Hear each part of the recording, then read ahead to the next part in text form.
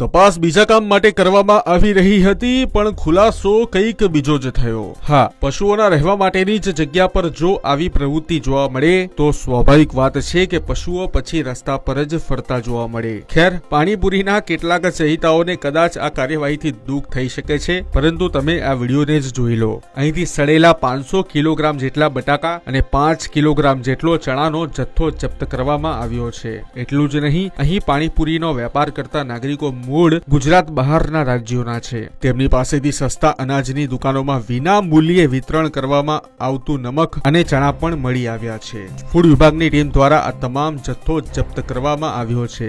હવે તમને જણાવી દઈએ, આ જથ્થો જ્યાંથી જપ્ત કરવામાં આવ્યો છે તે હકીકતમાં તો પશુઓ માટેનો વાળો છે। અહીં પાટણના લક્ષ્મીપુરા વિસ્તારમાં તપાસ કરતા જાણવા મળ્યું છે કે સફાઈ તો દૂરની વાત, પરંતુ અહીં તો ગાયોના વાળામાં પાણીપુરી બનાવવાનું કામ ચાલી રહ્યું છે।